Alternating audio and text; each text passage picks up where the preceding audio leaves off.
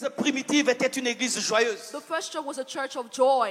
Mais l'église définitive est une église remplie de soucis. But the latter days church is full of Et quels worries. soucis? And what worries? Le mariage. Marriage.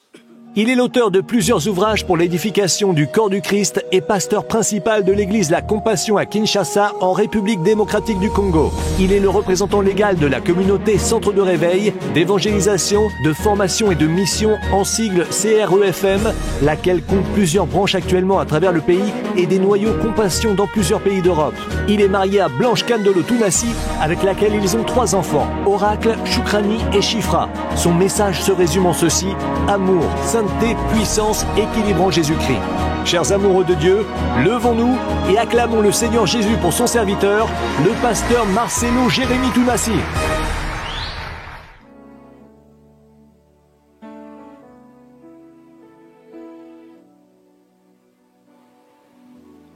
Je t'aime, mon âme te dit qu'elle t'aime.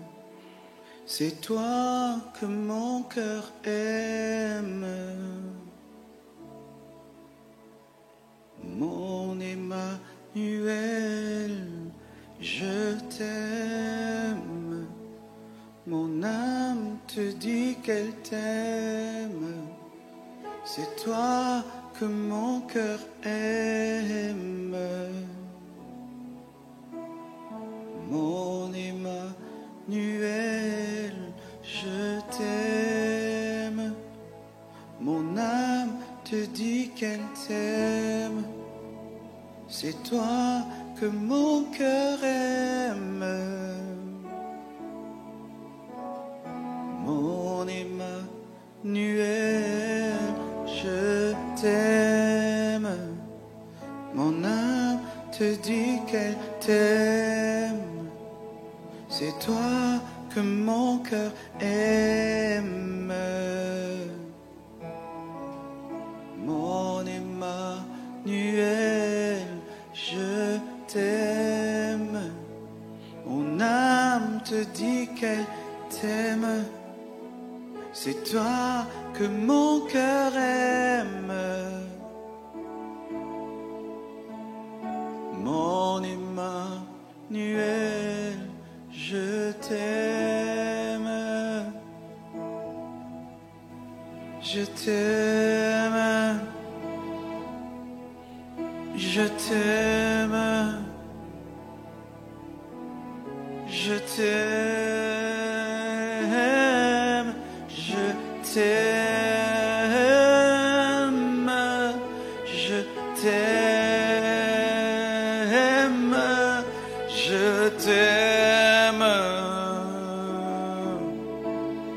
je t'aime, oh je t'aime, oh je t'aime, oh je t'aime, mon Emmanuel. Je t'aime, mon âme te dit qu'elle t'aime. C'est toi que mon cœur aime, mon Emmanuel. Je te bénis, Jésus. Je m'abandonne entre tes mains, corps, âme et esprit. Je prie que tu te serves de ma vie et que tu donnes gloire à ton nom.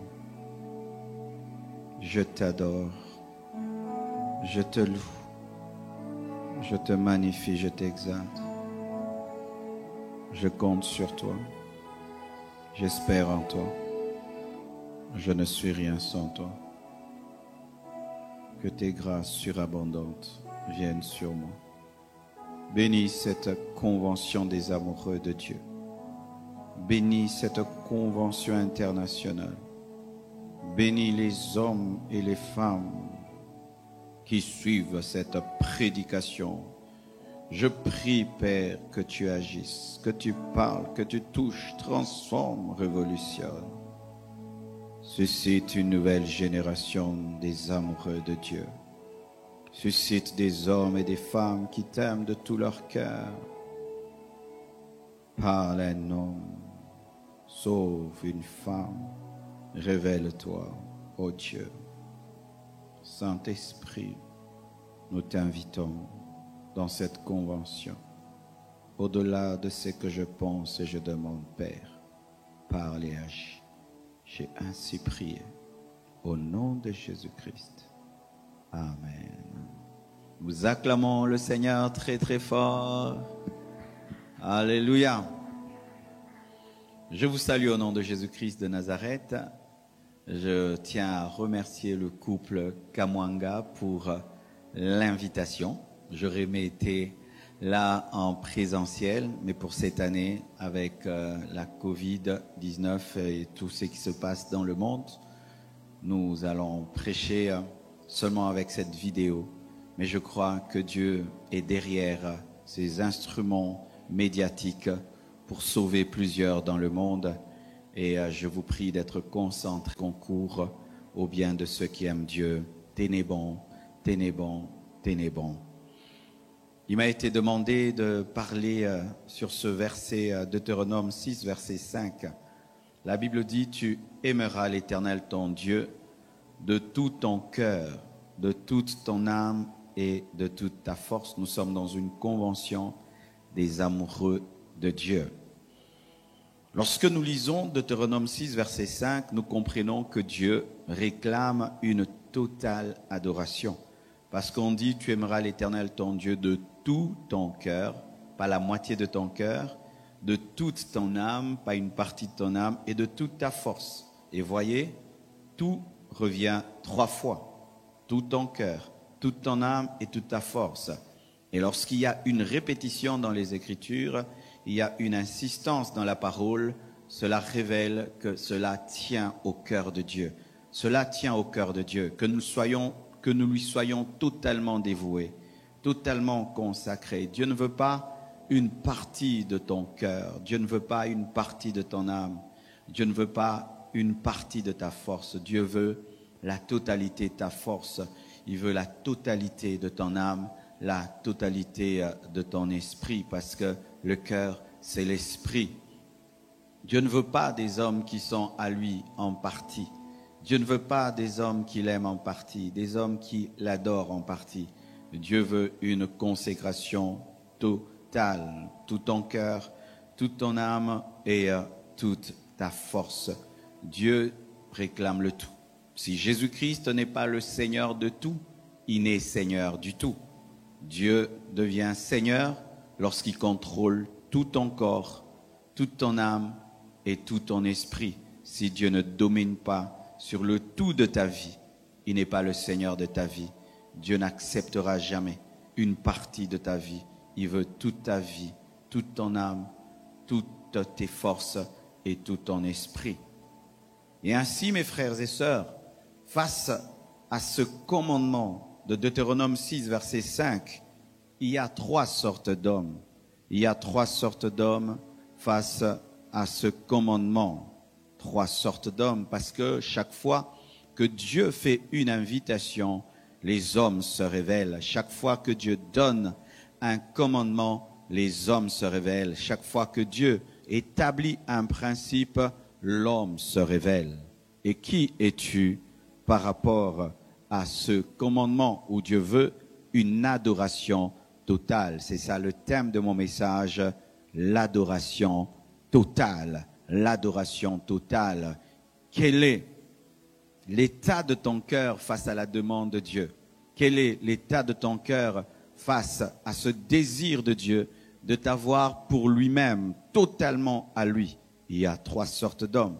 Il y a tout d'abord l'homme animal, et puis il y a l'homme charnel, et ensuite il y a l'homme spirituel. L'homme animal, l'homme charnel, et puis l'homme spirituel. La Bible dit dans 1 Corinthiens 2, verset 14, « Mais l'homme animal ne reçoit pas les choses de l'Esprit de Dieu, car elles sont une folie pour lui, et il ne peut les connaître parce que c'est spirituellement qu'on en juge. » La Bible nous parle clairement des hommes animaux. Tu peux dire, pasteur, tu es en train de m'insulter. Comment tu peux dire que je suis un homme animal? Ce n'est pas moi qui le dis, c'est la Bible, c'est Paul qui parle des hommes animaux, c'est-à-dire un homme mais qui se comporte comme un animal, un homme mais qui se comporte comme une bête, un homme mais qui ne se comporte pas comme un homme animal. Et un homme animal dans la parole de Dieu, c'est un incrédule. Un homme animal, c'est un païen. Un homme animal, c'est un homme sans Dieu, parce que tu peux exister sur la terre, mais tu es sans Dieu. Et tu n'es pas différent d'une poule, tu n'es pas différent d'un chien, tu n'es pas différent d'un cheval, parce que tu es sans Dieu. Tu ne connais pas Dieu comme l'animal ne connaît pas Dieu, comme la poule ne connaît pas Dieu, comme le coq ne connaît pas Dieu. Il y a des hommes aussi qui ne connaissent pas Dieu. Ils sont comme des coqs, ils sont comme des poules. Ils ne connaissent pas Dieu. L'homme animal ne sait pas aimer Dieu de tout son corps, de toute son âme et de tout son esprit. C'est impossible. Pourquoi? Déjà, il ne croit pas que Dieu existe. Ou s'il croit que Dieu existe, il lui a pas donné son cœur. Il ne comprend rien par rapport aux choses spirituelles. Il ne comprend rien par rapport à l'adoration. Et des fois, l'homme animal peut venir à l'église. Et comment on peut détecter les hommes animaux? C'est qu'ils viennent à l'église quand c'est l'heure de l'adoration. Ils sont là, ils regardent à gauche et à droite. Ils sont totalement perdus parce que ils n'ont aucune communion avec Dieu, aucune révélation de Dieu, aucune connaissance de Dieu. Es-tu un homme animal? Et comment tu peux le savoir? Tu t'ennuies lorsqu'on adore. Comment tu peux le savoir? Tu n'as pas donné ton cœur à Jésus-Christ. Comment tu peux le savoir? Tu es mal à l'aise dans la présence de Dieu. Comment tu peux le savoir? Tu es très à l'aise dans le péché. Comment tu peux le savoir? Tu as du mal à croire en la parole de Dieu. Comment tu peux le savoir? Tu n'as aucune sensibilité spirituelle. Comment tu peux le savoir? Tu ne connais pas Dieu. C'est ça un homme animal. Il peut venir à l'église parce qu'on l'a invité. Il peut venir à l'église parce que son père, sa mère prie et va à l'église. Mais lui, il n'a aucune relation avec Dieu. Et un homme animal ne peut aimer Dieu. Il ne peut aimer Dieu. Il peut même faire des efforts, mais ce n'est pas dans sa nature. C'est comme si tu demandais à un cochon de devenir propre. Ce n'est pas dans la nature du cochon de devenir propre. Tu peux l'habiller, tu peux tout, mais sa nature, c'est la boue, c'est la saleté. Pareil à un homme animal ne peut aimer Dieu de tout son cœur, ne peut aimer Dieu de toute son âme, ne peut aimer Dieu de tout son esprit. Il a besoin de nouvelle naissance, il a besoin de repentance, il a besoin de conversion, il a besoin de rencontrer Jésus-Christ. C'est alors qu'il pourra adorer. Un homme animal ne peut adorer Dieu. Un homme animal ne peut adorer Dieu. Il peut même écouter des chansons chrétiennes, les mettre dans ses fêtes, mettre dans sa voiture, mais quand il écoute les chansons de louange et d'adoration, c'est comme s'il écoutait de la musique mondaine, mais ce n'est pas qu'il adore. Et oui, car des fois, nous voyons des païens qui disent qu'ils aiment l'adoration. Non, tu aimes la musique, mais tu n'adores pas. Il y a une différence entre aimer la musique chrétienne et être un adorateur. Ici au Congo, certains bars, lorsqu'ils veulent ouvrir, commencent par la musique chrétienne et puis mettent la musique du monde. Vous n'allez pas dire que lorsque ces bars mettent la musique d'adoration, que ces propriétaires adorent Dieu. Non, écoutez de la musique chrétienne, ce n'est pas de l'adoration. Non, mon frère, mettre de la musique chrétienne dans tes fêtes, ce n'est pas encore de l'adoration, car tu peux en mettre sans connaître Dieu. L'homme animal face à la demande de Dieu d'une adoration totale est incapable. Et sois sincère avec Dieu. Ne joue pas aux chrétiens. Ne joue pas à l'adoration. Sois un adorateur. Et si tu sens au-dedans de toi que tu es concerné par ce que je dis, tu sens que tu es incrédule, tu n'as aucune relation avec Dieu, tu es incapable d'adorer Dieu, tu es incapable de te donner totalement à lui. Les choses de Dieu pour toi, ce sont des mystères. Tu n'y comprends rien. Tu n'as aucune sensibilité spirituelle. Fléchis tes genoux et répands-toi. Donne ta vie à Jésus-Christ et tu recevras le Saint-Esprit. Et c'est le Saint-Esprit qui va t'enseigner l'adoration et c'est lui qui va te diriger dans le Saint des Saints. il y a aussi l'homme charnel. La Bible nous dit cela dans 1 Corinthiens 13, versets 1 à 3. Et ainsi, vous pouvez voir comment Paul était profond. Profond, cet homme était vraiment profond. 1 Corinthiens 3, versets 1 à 3, la Bible dit, « Pour moi, frères, ce n'est pas comme à des hommes spirituels que j'ai pu vous parler, mais comme à des hommes charnels. » Il dit « homme charnel », donc il a parlé de l'homme animal. Là maintenant, Paul parle de l'homme charnel et il définit, j'aime bien la définition qu'il donne directement pour qu'il n'y ait point de confusion. Il dit, mais comme à des hommes charnels, comme à des enfants en Christ. Qui est un homme charnel? C'est un bébé spirituel. Qui est un homme charnel? C'est un enfant dans les choses de Dieu. C'est quelqu'un qui est encore au lait spirituel. La Bible dit, je vous ai donné du lait. Non de la nourriture solide, c'est quelqu'un qui ne supporte pas la nourriture solide dans la parole de Dieu, mais qui aime les laits spirituels. Dieu va te bénir, Dieu va te bénir, Dieu va te protéger, Dieu va te garder, Dieu t'aime beaucoup, Dieu t'aime beaucoup, Dieu t'aime le lait. Mais il ne supporte pas lorsque la parole le responsabilise, lorsque la parole le brise, lorsque la parole le taille, lorsque la parole le sanctifie. Non, il n'aime pas la nourriture solide, car vous ne pouviez pas la supporter. Il ne supporte pas la parole dure et vous ne pouvez pas même à présent parce que vous êtes encore charnel. En effet, puisqu'il y a parmi vous de la jalousie, c'est quelqu'un qui est un chrétien, mais il est dans la jalousie. Vous êtes dans des disputes, il est chrétien, mais il est dans les disputes. N'êtes-vous pas charnel et ne marchez-vous pas selon l'homme ou ne marchez-vous pas selon le vieil homme? C'est quelqu'un qui est chrétien, mais qui est charnel. C'est-à-dire, il est conduit non pas par le Saint-Esprit, mais par sa vieille nature. C'est quelqu'un qui est chrétien, mais il est bébé, il est népios dans les choses de Dieu. C'est quelqu'un qui est chrétien, mais qui est encore entre Dieu et le monde. C'est quelqu'un qui aime Dieu, mais qui aime aussi Satan. Il aime Dieu, il aime aussi le péché. Il aime Dieu, mais il aime encore le monde. Il aime Dieu, mais il aime aussi les œuvres de la chair. Et cet homme ne peut répondre à la demande de Deutéronome 6, verset 5.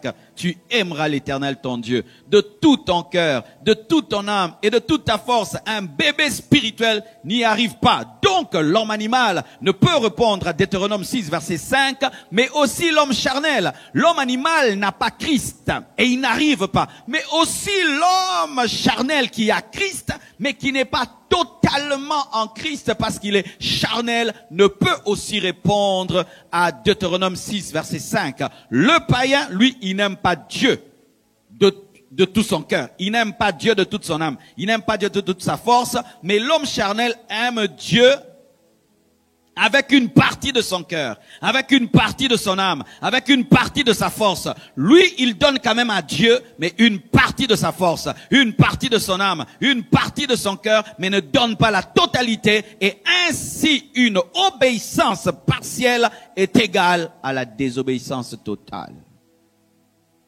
Qui es-tu? Homme animal ou homme charnel? Et tu sais, tu peux faire des années dans la vie chrétienne, mais tu es toujours un bébé spirituel. Parce que la maturité spirituelle ne dépend pas des années dans le Seigneur, mais dépend de ta maturité dans l'obéissance et dans la transformation à l'image parfaite de Jésus-Christ. Comment tu peux savoir que tu es un homme charnel? C'est lorsque tu es tiède. C'est lorsque tu es consacré, mais pas totalement consacré. Tu es engagé, mais pas totalement engagé. C'est lorsque tu aimes Dieu, mais pas de tout ton cœur. Il y a des parties de ta vie qui sont encore occupées par le monde. Des parties de ta vie qui sont encore occupées par le péché. Des parties de ta vie qui sont encore occupées par la rébellion, par la désobéissance. Il y a encore des parties de ta vie où il y a des idoles dans ton cœur. Des choses que tu aimes plus que Dieu. Et des fois même, toi-même, tu t'aimes plus que Dieu, parce que Jésus-Christ nous dit que si tu veux devenir mon disciple, tu dois renoncer à toi-même et tu dois porter ta croix. Mais le chrétien charnel, l'homme charnel, refuse de porter sa croix, mais il veut suivre Jésus sans porter sa croix. Et ainsi, tu ne peux aimer Dieu de tout ton cœur, tu ne peux aimer Dieu de tout ton esprit, de toute ton âme et de toutes tes forces. Et quand tu es ainsi, la Bible dit, je te vomirai. Si tu n'es ni tiède, si tu n'es ni chaud, ni froid, tu es tiède, je te vomirai et je vomirai ton adoration. Un chrétien charnel, lorsqu'il adore, Dieu vomit son adoration. Lorsqu'il chante, Dieu vomit ses chansons. Lorsqu'il donne l'offrande, Dieu vomit ses offrandes parce que Dieu ne consomme pas la tiédeur. Il ne consomme qu'une totale consécration, une totale adoration, une totale adoration, une totale consécration. Malheureusement, mes frères, les églises sont remplies soit des hommes animaux, soit des hommes charnels. Ah oui, les églises sont pleines, gloire à Dieu. Mais pleines de qui? Des hommes animaux et des hommes charnels. C'est vraiment malheureux que la plupart des personnes qui viennent dans l'église n'ont pas dépassé le niveau d'être charnels. Chantant, dansant, donnant les offrandes, se prosternant et pleurant, mais dans le péché, dans le monde, en ayant des cœurs non dévoués, des cœurs mélangés, partagés, des cœurs hypocrites, des cœurs qui refusent d'être totalement au service de Christ. Une partie de sa force sert Dieu, mais une partie de sa force aussi sert le diable. Une partie de son cœur aime la parole, mais une partie de son cœur aussi aime le monde. Une partie de son âme est préoccupée par le royaume de Dieu, mais une autre partie de son âme est préoccupée par le péché.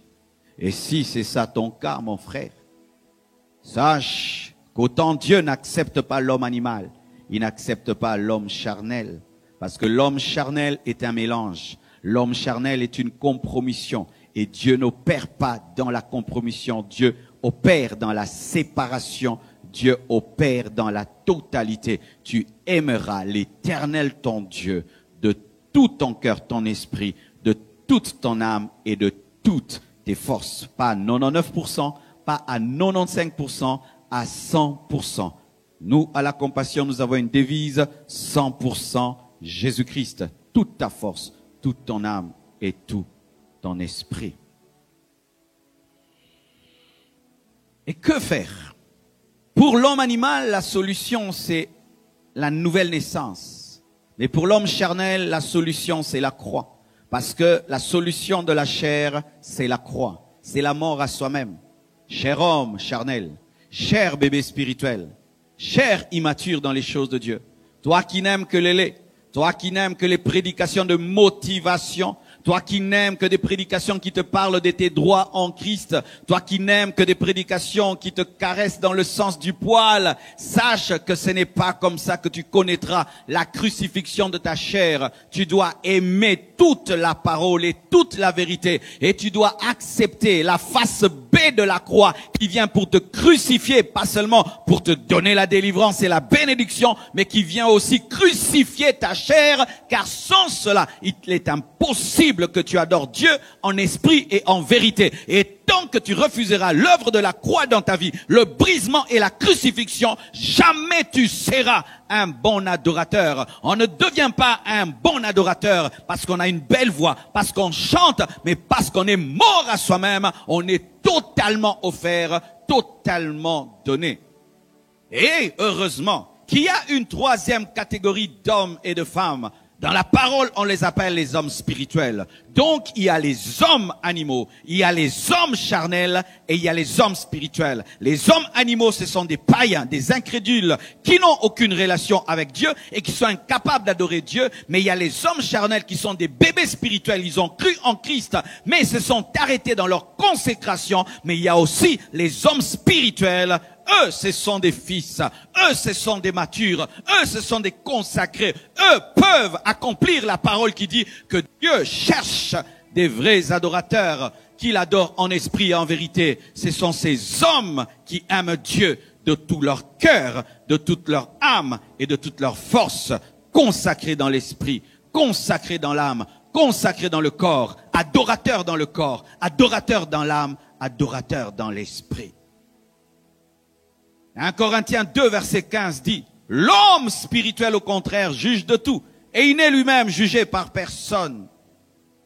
Paul reconnaît qu'il y a des hommes spirituels, pas seulement des hommes charnels. Gloire soit rendue à Dieu. Car ce sont eux, la véritable épouse de Dieu. Ce sont eux qui seront enlevés. Ce sont eux qui exhalent le parfum de l'adoration et de la prière. Ce sont eux qui donnent la puissance au culte. Ce sont eux qui donnent la puissance aux églises. Lorsque vous avez un homme spirituel et vous avez 1000 charnels, c'est lui l'église. C'est lui qui parfume le temple. Lorsqu'il adore, lorsqu'il chante, lorsqu'il prie, c'est alors que Dieu dit, enfin il y a quelqu'un qui m'adore en vérité. Mais l'homme spirituel, c'est un homme qui est mort à lui-même. C'est un homme qui est totalement consacré. En lui, il n'y a point de mélange. Il n'aime que Jésus. Il n'aime que Jésus dans son corps, dans son âme et dans son esprit. Il veille à ce qu'il n'y ait aucune partie de sa vie qui soit consacrée à Satan, consacrée au monde, consacrée à la chair. Il a crucifié la chair avec ses désirs. Il est mort avec Christ par la foi. Et dans ses œuvres, il manifeste la résurrection de Christ. C'est celui-là, le vrai adorateur. Adorer Dieu, mes frères, ce n'est pas d'abord chanter. C'est être une adoration. Ta vie doit être une adoration. Et l'homme spirituel, avant même de se prosterner, sa vie se prosterne. Avant même de chanter, de lever les mains, sa vie est une offrande. C'est un holocauste, car dans la parole, on parlait des holocaustes. Et l'holocauste, c'était quoi? C'était une offrande consumée, totalement brûlée, totalement. L'homme spirituel est un holocauste. Il est consumé, totalement brûlé sur l'autel de la croix, totalement brûlé sur l'autel de la volonté parfaite de Dieu. Son corps, son âme, son esprit. Son corps n'est pas dans l'impudicité. Son âme n'est pas dans l'orgueil. Son esprit n'est pas dans l'idolâtrie. Dans son esprit, il adore. Dans son âme, il est humble et brisé, transformé. Dans son corps est devenu le temple du Saint-Esprit. Et aucun de ses membres n'est donné au monde, n'est donné au diable. C'est celui-là qui peut dire qu'il accomplit Deutéronome, qu'il aime Dieu de tout son corps, de son âme, toutes ses forces, toute son âme et son esprit. Vous savez, mes frères et sœurs, dans le corps, nous trouvons notre force physique. Et souvent, dans le corps se trouve la sexualité. Et beaucoup de chrétiens ont un problème de sexualité. Mais l'homme spirituel a discipliné son corps. Paul dit, je traite durement mon corps, de peur d'être disqualifié après avoir prêché aux autres. L'homme spirituel adore Dieu au travers de sa vie. Aimer Dieu, ce n'est pas seulement parler. C'est lorsque ton corps est tenu dans la discipline, par la puissance du Saint-Esprit, par la puissance de la foi, la puissance de la prière, tu tiens ton corps discipliné de toutes tes forces. Toutes tes forces, ce n'est pas seulement prêcher en transpirant. Non, ce n'est pas prêcher seulement en transpirant. Et prier en transpirant toutes tes forces, c'est garder la totalité de ton énergie sexuelle, ton énergie physique, toute ton énergie physique. Sers Dieu. Rien de ton énergie n'est utilisé pour le monde, n'est utilisé pour le diable. Toute ton énergie est au service de Dieu. C'est ça. Aimer Dieu de toutes ses forces. Et aimer Dieu de toute son âme. Dans l'âme se trouve quoi? Se trouve ta personnalité, se trouve ta volonté. Dans l'âme se trouvent tes émotions, tes sentiments, se trouve ton caractère. C'est aimer Dieu avec ton caractère, c'est aimer Dieu avec tes paroles, c'est aimer Dieu avec tes pensées, car dans l'âme, il y a aussi les pensées, car tu peux adorer Dieu avec ta bouche, mais tu as des pensées impures. Tu peux adorer Dieu avec tes mains, mais tu as des pensées impures. Tu peux adorer Dieu avec tes danses, ton corps, mais tu as des pensées impures. Mais Dieu veut que quand tu le loues avec tes jambes et tu danses et tu lèves tes mains et tu parles, tu es Seigneur, mais que ta pensée aussi soit conforme à tes paroles, à tes mains levées, à tes genoux qui se plient. C'est ça que Dieu demande, tout ton corps. Il demande toute ton âme, il demande tout ton esprit. C'est alors que la volonté de Dieu s'accomplira. Frères et sœurs, sans cela, notre adoration est fausse. Sans cela, notre adoration n'est qu'un théâtre religieux que nous faisons dimanche après dimanche, mercredi après mercredi. Dieu veut que tu sois une adoration. Pour la première fois que l'adoration a été citée, ce n'était pas lorsque des hommes chantaient. Pour la première fois que l'adoration a été citée dans la Bible, c'est pas quand des hommes dansaient. C'est lorsque un père est allé offrir son fils. Lorsqu'Abraham est allé offrir Isaac, c'est la première fois qu'on a dit adorer, adorer. Moi et le fils, nous irons adorer. Mais là-bas, est-ce que Abraham a chanté? Au sommet de la montagne, Abraham, à Morija, a dansé? Non. Il est allé offrir son fils. Il est allé donner toute sa force. Il est allé offrir sa propre volonté. Il est allé adorer de tout son esprit, toute son âme et toute sa force. Car Isaac était sa force. C'était l'amour de son âme. Et Isaac commençait à occuper la première place dans son esprit. Il a failli tomber dans l'idolâtrie. Ainsi, son esprit était en danger parce que Isaac commençait à dévier son adoration. Mais en acceptant de tuer Isaac, Abraham a respecté Deutéronome, son corps, son âme, son esprit, tout aimait Dieu plus que tout. Quand un homme a atteint ce niveau, on a appelé ça adoration. Et c'est ça l'adoration, mon frère. C'est quand ton corps aime Dieu, quand ton âme aime Dieu, et quand ton esprit aime Dieu à 100%, c'est là que tu es devenu un adorateur. Ce n'est pas quand tu sors un album, ce n'est pas quand tu sors un clip, ce n'est pas quand tu chantes à l'église, ce n'est pas quand tu te prosternes. Non, non, non. Abraham n'avait pas chanté. Abraham n'avait pas chanté, mais on a dit que cet acte était l'adoration. Il s'est offert lui-même, il s'est donné lui-même, il s'est donné à la volonté de Dieu. Ce n'est pas Isaac qui mourait, c'est Abraham qui mourait en Isaac. Car tous ses rêves et ses projets étaient dans cet enfant. Et il a accepté de mourir à lui-même afin d'accomplir la volonté de Dieu. C'est pourquoi c'est appelé adoration. Trop de belles chansons dans les églises.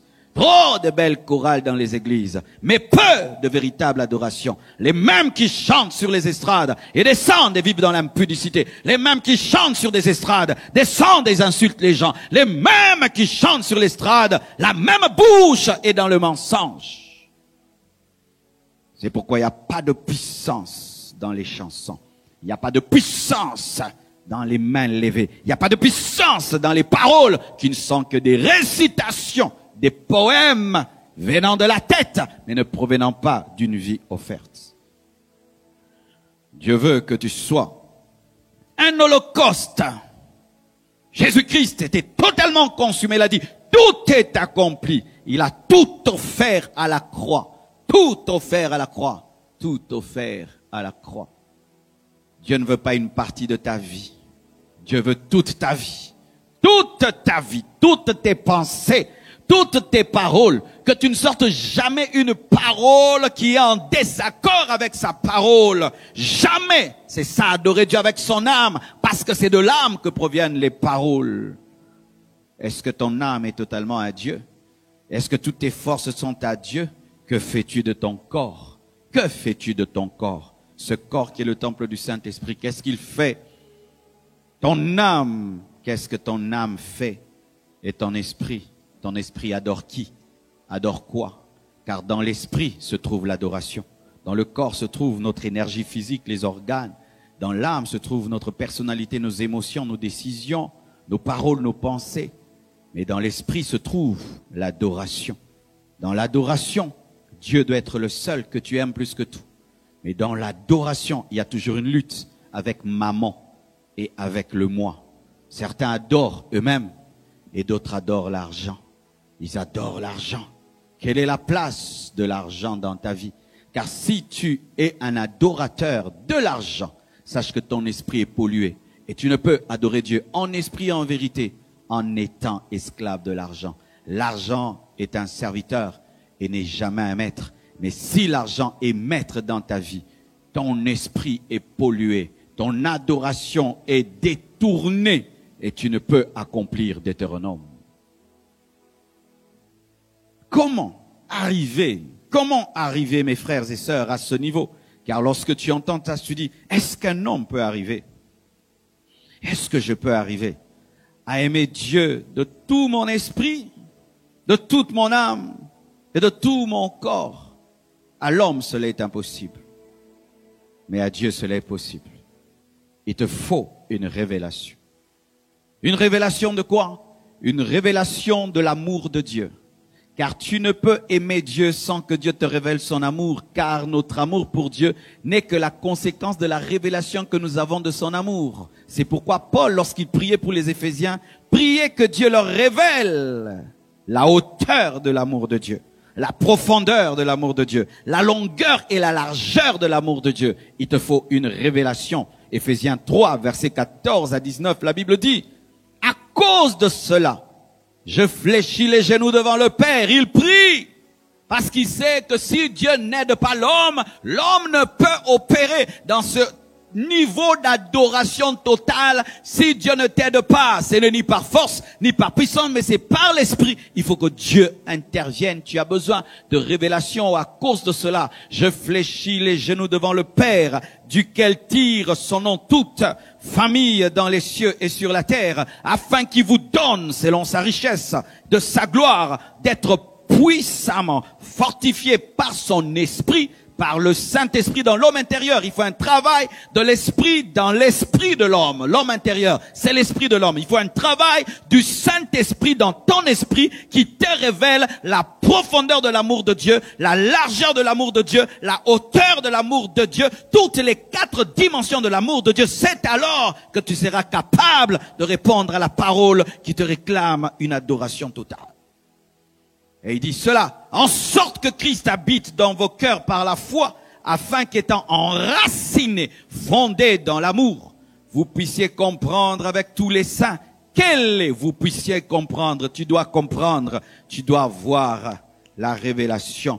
Vous puissiez comprendre avec tous les saints quelle est la largeur, la longueur, la profondeur et la hauteur, et connaître l'amour de Christ qui surpasse toute connaissance.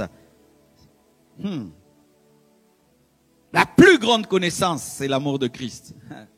C'est plus que la chimie, c'est plus que la physique, c'est plus que l'informatique. Le plus haut niveau de la connaissance, dit la parole, c'est connaître l'amour de Christ.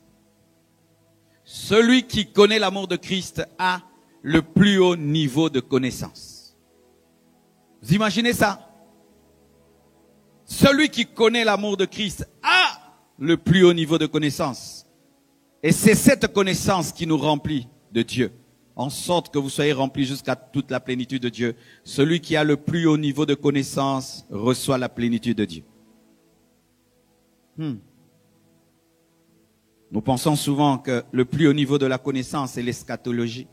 Le plus haut niveau de la connaissance, c'est maîtriser le tabernacle. Le plus haut niveau de la connaissance, c'est maîtriser la pneumatologie, la sotériologie.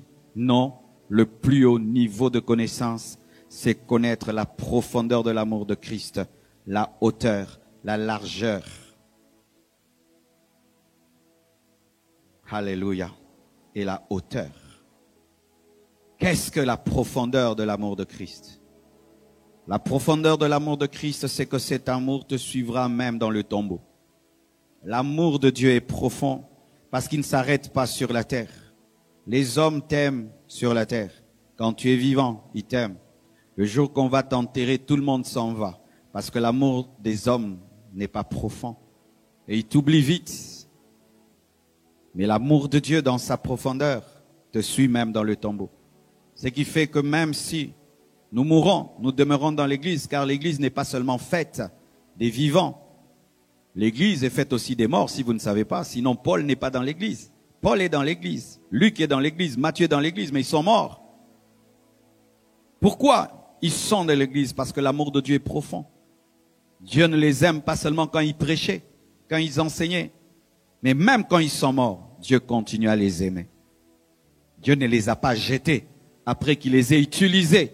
Il a continué à les aimer parce que son amour est profond. Et quand tu comprends la profondeur de l'amour de Dieu, tu réponds aussi à la profondeur de l'amour de Dieu. Ainsi, tu aimes Dieu, pas seulement quand il te bénit, mais tu l'aimes même quand il ne te bénit pas, parce que ton amour est profond. Ton amour n'est pas superficiel. Ton amour, ce n'est pas un amour de la bouche, mais c'est un amour réel. Est-ce que ton amour est profond pour Dieu?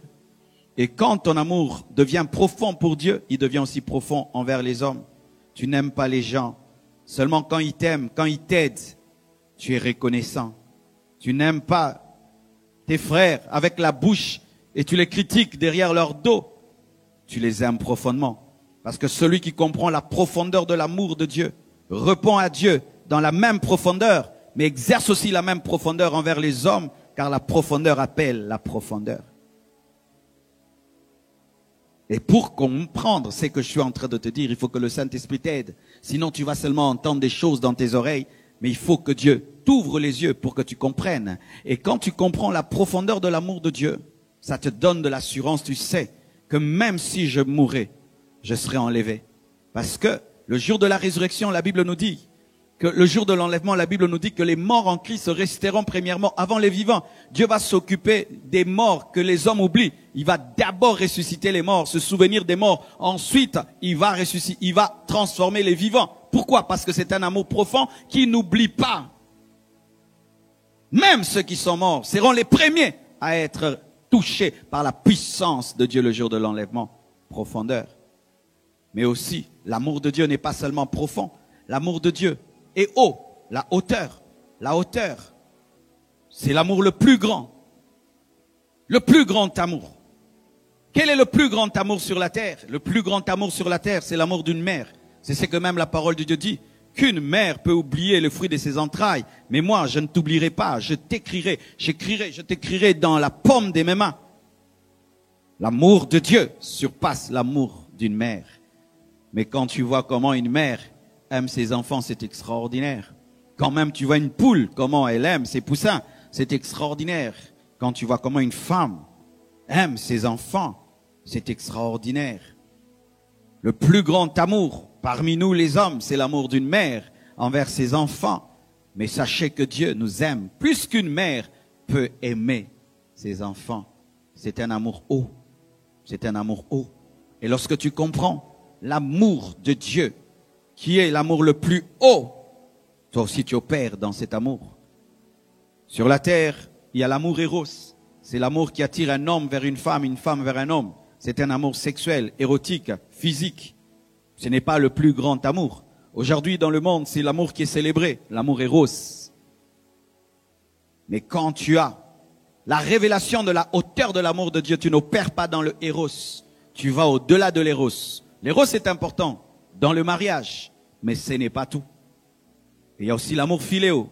C'est l'amour qui unit les membres d'une famille, les amis, les frères. C'est un amour fort, mais qui n'est pas le plus grand. C'est dans cet amour qu'opère l'amour d'une mère, qui est limité. Mais Dieu opère dans l'amour agapao. C'est l'amour divin. C'est pourquoi Paul, dans Corinthiens, parle de l'amour agapao, qui est supérieur à l'amour philéo, qui est supérieur à l'amour éros. Lorsque tu comprends la hauteur de l'amour de Dieu, tu vas aimer tes frères et sœurs dans l'amour divin.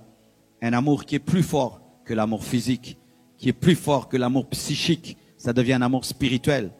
Où tu ne dis pas aux gens, je t'aime parce que, je t'aime seulement. Je t'aime parce que tu es mon frère, ça c'est philéo. Je t'aime parce que tu es belle, éros. Mais dans l'amour divin, je t'aime seulement.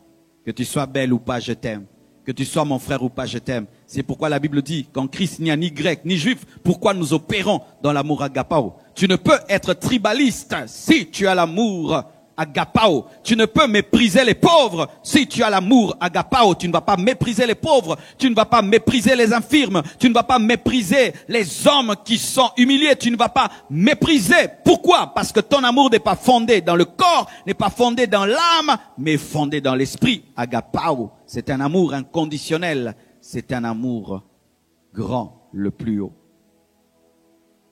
La largeur de l'amour de Dieu, c'est un amour qui accepte tout le monde. Vous voyez Jésus-Christ, lorsqu'il est mort, ses pieds, c'est plutôt ses mains ouvertes afin de dire, venez tous à moi. C'est un amour qui nous amène à accepter tout le monde. C'est un amour qui accepte tout le monde. Jésus-Christ n'est pas mort que pour les Juifs, il est mort aussi pour les païens.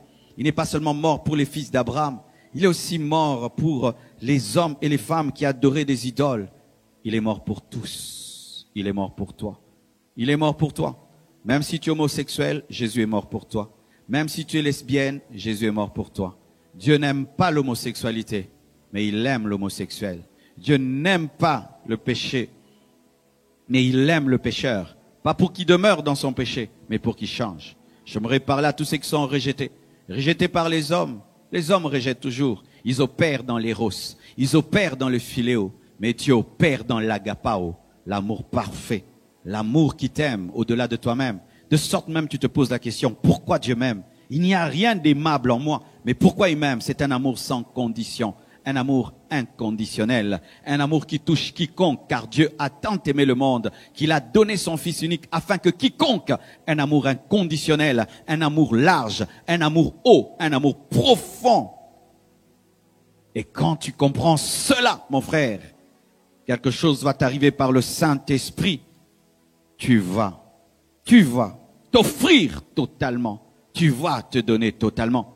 Mais l'amour de Dieu n'est pas seulement haut, il n'est pas seulement profond. L'amour de Dieu n'est pas seulement large, il est aussi long. La longueur de l'amour. Quelle est la longueur de l'amour de Dieu? La longueur de l'amour de Dieu, c'est l'éternité.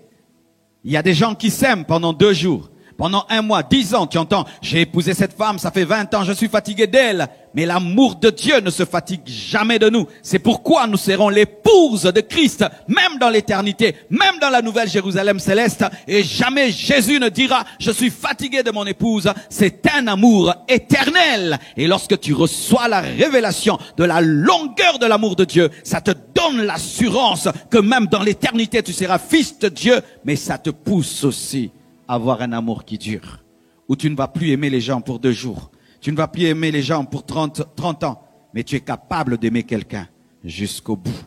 Tu es capable d'aimer ta femme jusqu'au bout. Tu es capable d'aimer tes amis jusqu'au bout. Tu es capable d'être loyal jusqu'au bout. Tu es capable d'être un adorateur jusqu'à ta mort. Et regardez Job, il était dans cette dimension de l'amour, dans sa longueur, de sorte même qu'il était face à la mort. Il a refusé de maudire Dieu parce qu'il avait la révélation de la longueur de l'amour. Je prie que Dieu t'aide par le Saint-Esprit à comprendre ces 4 dimensions de l'amour de Dieu. Et si tu as cette dimension, cette révélation de ces 4 dimensions de l'amour de Dieu, c'est alors que Deutéronome 6, verset 5, s'accomplira dans ta vie. Tu aimeras l'Éternel ton Dieu de tout ton cœur, de toute ton âme et de toutes tes forces. Mais voyez ceci, mes frères et sœurs. Lorsque tu regardes l'homme est comme les 3 parties du tabernacle. Et Dieu lui demande de l'aimer, de l'aimer de tout son cœur, l'esprit, de toute son âme et de toutes ses forces. Et le tabernacle aussi avait 3 parties. Le parvis qui représente le corps. Le lieu saint qui représente l'âme. Le lieu très saint qui représente l'esprit. Et ainsi, lorsque nous lisons cette parole, nous voyons que Dieu nous demande de l'aimer dans la dimension du parvis, dans la dimension du lieu saint et dans la dimension du lieu très saint. Mais plus dans la dimension du lieu très saint, car la Bible dit que Dieu cherche des vrais adorateurs qui l'adoreront en esprit et en vérité. Car un homme qui aime Dieu de tout son cœur peut l'aimer de toute son âme et peut l'aimer de toutes ses forces. Un homme qui donne à Dieu son esprit donnera facilement son âme et donnera facilement son corps. Mais si tu donnes à Dieu seulement ton corps, tu ne pourras pas donner ton âme et tu ne pourras pas donner ton esprit. C'est pourquoi lorsque le Saint-Esprit vient dans l'homme, il ne vient pas dans le corps et dans l'âme, il vient dans l'esprit et il influence l'âme et il influence le corps.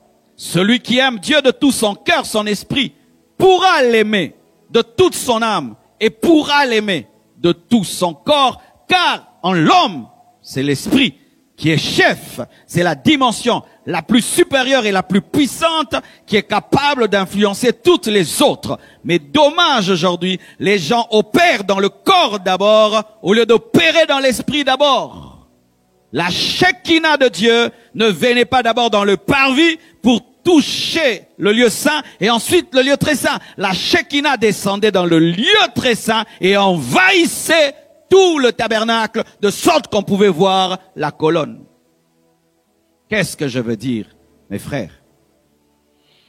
Tu dois grandir. Quitter le niveau où tu n'adores Dieu qu'avec tes pieds, un danseur dans l'église. Mais tu dois aussi arriver au niveau où tes pensées adorent Dieu.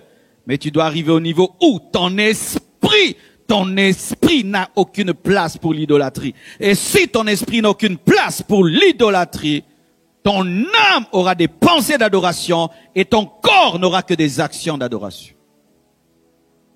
Dans le corps, le parvis, il y a beaucoup d'hommes. Car dans le parvis, il y avait beaucoup d'animaux. Tout le monde était dans le parvis.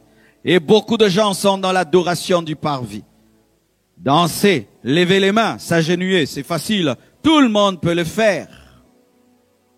Même le païen peut venir à l'église, il chante, il danse, il lève sa main. Mais opérer dans le lieu saint, il y a peu de gens. Mais beaucoup quand même par rapport au lieu très saint. Mais là, au niveau de la pensée, au niveau de la bouche, ça devient rare. Mais atteindre le niveau du lieu très saint, où ton esprit n'a aucune place pour un autre Dieu que Dieu, là il y a peu de gens. Et soit parmi ces raretés sur la terre. C'est pourquoi Jésus-Christ, lorsqu'il parle à la femme samaritaine, il lui dit ceci. Car l'heure est venue où les vrais adorateurs adoreront le Père en esprit et en vérité, car ce sont les adorateurs que Dieu cherche. Jean 4, verset 23. Mais l'heure vient, et elle est déjà venue, où les vrais, donc il y a des faux adorateurs, qui adoreront le Père en esprit et en vérité. Ce sont là les vrais adorateurs que le Père demande. Dieu est esprit, et il faut que ceux qui l'adorent en esprit et en vérité. Que veut dire adorer Dieu en esprit et en vérité? Que veut dire adorer en esprit et en vérité? Que veut dire adorer en esprit et en vérité? Adorer Dieu en esprit, c'est l'adorer conformément à la parole, car c'est la parole qui est la vérité. Adorer Dieu en esprit, c'est l'adorer sur la base de la foi en Christ, car Christ est la vérité. Car si tu adores Dieu en dehors de Christ, tu n'adores pas en vérité. Et si tu adores Dieu en dehors des Écritures, tu n'adores pas dans la vérité. Et adorer Dieu en vérité aussi, c'est adorer Dieu dans l'obéissance à la parole et dans la sincérité et dans une vie purifiée, car la vérité purifie. Quelqu'un qui adore en dehors de Christ n'adore pas en vérité. Car il y a des gens qui adorent Dieu, mais ils disent que Jésus ce n'est qu'un prophète. Vous n'adorez pas en vérité. Adorer, si tu adores Dieu en dehors des Écritures, par exemple, tu adores Dieu avec des bougies, alors que dans la Nouvelle Alliance, on n'a pas besoin de bougies, on n'a pas besoin d'un lieu précis pour adorer. Tu n'adores pas en vérité, car Dieu, maintenant, nous l'adorons en esprit. Si ton adoration n'est pas biblique, néo-testamentaire, tu as une fausse adoration. Si tu utilises encore l'encens, quand tu adores, tu n'adores pas dans la vérité, car dans la Nouvelle Alliance, l'encens, sont les paroles, les prières, mais plus du parfum. Dans la Nouvelle Alliance, on n'utilise pas le parfum pour adorer. On n'utilise pas les bougies pour adorer. Ainsi, tous ceux qui adorent avec de l'encens, vous n'adorez pas dans la vérité, car dans la Nouvelle Alliance, ces choses-là sont dépassées. En esprit, par le Saint-Esprit, mais de manière spirituelle. Adorer Dieu en esprit et en vérité. C'est quoi adorer Dieu maintenant en esprit? En vérité, selon la parole. En vérité, selon Christ. En vérité, baser l'adoration sur Jésus-Christ. En vérité, adorer dans la sincérité, dans la pureté. En vérité, adorer Dieu dans la sainteté, dans la pureté. C'est ça en vérité. Adorer Dieu selon la révélation de Christ. C'est ça en vérité. Maintenant, en esprit, c'est quoi? C'est adorer Dieu dirigé par le Saint-Esprit. Car c'est le Saint-Esprit qui te donne les paroles à dire au Père. Car c'est lui qui connaît le Père. C'est lui qui connaît Jésus. C'est faire une adoration qui n'est pas dirigée par l'intellect, qui n'est pas dirigée par ton expérience humaine, mais qui est fondée sur la direction de l'Esprit. Comme nous voyons dans la parole de Dieu, on nous présente, Jésus-Christ dit, suivez un homme qui porte une criche et il va vous mener vers la chambre haute. Et vous savez qu'en Israël, les hommes ne portaient pas des cruches sur la tête. Et cet homme symbolisait le Saint-Esprit, car c'est lui qui nous amène vers la chambre haute, la dimension de l'adoration. C'est avoir une adoration guidée par l'Esprit. Et vous savez, beaucoup de chanteurs, beaucoup de frères et sœurs dans leurs prières ne sont pas dirigés par le Saint-Esprit. C'est pourquoi vous n'aimez pas prier, vous n'aimez pas adorer, parce que quand vous adorez, je chanterai ceci, je ferai cela, j'ai mes 4 requêtes, j'ai mes 2 requêtes. C'est pourquoi tu t'ennuies quand tu pries. Tu t'ennuies pourquoi? Parce que tes prières ne sont pas dirigées par le Saint-Esprit, tes cultes ne sont pas dirigés par le Saint-Esprit, tes chansons ne sont pas dirigées par le Saint-Esprit, et tu tombes dans la monotonie. Mais adorer en esprit, ce n'est pas seulement adorer par le Saint-Esprit, c'est adorer de manière spirituelle. Qu'est-ce que je veux dire? Parce que Jésus-Christ, on lui avait dit, nos pères ont adoré sur cette montagne. Vous voyez, la montagne. La femme samaritaine parlait d'un lieu physique pour adorer. Et maintenant, Jésus-Christ vient corriger et dit non, on va adorer en esprit, c'est-à-dire où? Partout. Celui qui pense qu'il y a un lieu d'adoration n'adore pas en esprit. Même l'église, ce n'est pas le lieu d'adoration. Tout lieu est un lieu d'adoration pour un homme spirituel. Parce que Dieu n'habite pas l'église, Dieu habite nos cœurs. Mais quand tu penses que pour adorer, je dois aller à Jérusalem, à archi-faux. Pour adorer, je dois aller sur une montagne, à archi-faux. Pour adorer, moi je n'adore qu'à l'église, comme des chrétiens qui n'adorent qu'à l'église. Et avec ce confinement, parce qu'aux États-Unis, vous êtes en confinement, toutes les personnes qui n'étaient pas des vrais adorateurs n'arrivent pas à adorer. Parce que toi, ton adoration, c'est à l'église. Voilà maintenant que nous prêchons seulement et tu dois suivre à la maison. Mais toi, à la maison, tu n'adores pas parce que pour toi, Dieu habite l'église. Maintenant, vous qui croyez que Dieu habitait l'église, qu'est-ce qui va vous advenir? Vous allez mourir spirituellement parce que vous n'êtes pas des vrais adorateurs. Mais un vrai adorateur adore dans la chambre. Il adore dans sa voiture. Il adore dans sa salle de bain. Il adore partout. Quand vous lisez les Actes des Apôtres, vous allez remarquer que la vie chrétienne dans l'église primitive se vivait dans les synagogues et dans les maisons. Ainsi, ils avaient une dimension d'être capables de servir Dieu et d'adorer partout. Mais lorsque vous êtes attaché au temple, vous êtes attaché au pasteur, vous ouvrez vos bouches en adoration que lorsque vous franchissez le seuil de la porte de l'église, le seuil de l'église, ce n'est pas la parole de Dieu. De passer toute une journée, tu n'as pas adoré. C'est quand maintenant tu arrives à l'église que tu commences à chanter. Tes chansons ne viennent qu'à l'église. Tu te prosternes qu'à l'église. Tu fléchis tes genoux qu'à l'église. Tu parles la langue qu'à l'église. Tu n'adores pas Dieu en esprit et en vérité. Non. Tu adores Dieu dans un lieu. Ton Dieu habite l'église. Ton Dieu habite le temple. Maintenant le temple est fermé. Maintenant, le temple est fermé. C'est interdit d'y aller. Il faut y aller à 5 personnes. Voilà maintenant que Dieu est en train d'enseigner à l'église en ce temps de confinement qu'il faut adorer en esprit et en vérité. Chers frères et sœurs des États-Unis, je veux m'arrêter en vous parlant. Nous, ici en Afrique, c'est vrai, nous avons des réalités différentes. Et alors qu'aujourd'hui même, je suis en train de parler, nous connaissons ce qui se passe dans votre pays, des élections, tellement d'émeutes, du racisme, tellement de choses qui peuvent faire qu'un homme animal puisse être davantage distrait, qu'un homme charnel puisse abandonner. Mais un homme spirituel est tellement enraciné dans l'amour de Dieu qu'il tient bon. Vous êtes condamné à être spirituel, Église des États-Unis. Vous êtes condamné à être spirituel. Homme de Dieu, vous êtes condamné à aimer Dieu de toutes vos forces, de toutes vos âmes, de tous vos esprits. Sinon, ce temps de confinement va détruire votre foi, va détruire votre amour pour Dieu. La Bible dit que dans les derniers jours, il y aura des temps difficiles. Et la charité du plus grand nombre se refroidira. L'amour du plus grand nombre se refroidira. Que cette parole ne s'accomplisse pas sur toi. Décide, malgré que tu ne peux pas aller à l'église, d'être un adorateur chez toi à la maison. Décide, malgré que les églises sont fermées, d'adorer avec tes enfants parce que Dieu est dans ta maison. Décide, malgré que tu n'as plus l'opportunité de rencontrer tes frères et ton pasteur, de comprendre que c'est Jésus-Christ le grand pasteur, que Dieu t'ouvre les yeux et que ces temps difficiles ne puissent pas ébranler ta foi.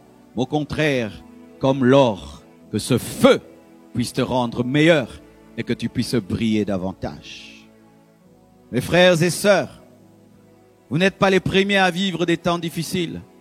Le livre des Actes des Apôtres a été écrit dans des temps difficiles.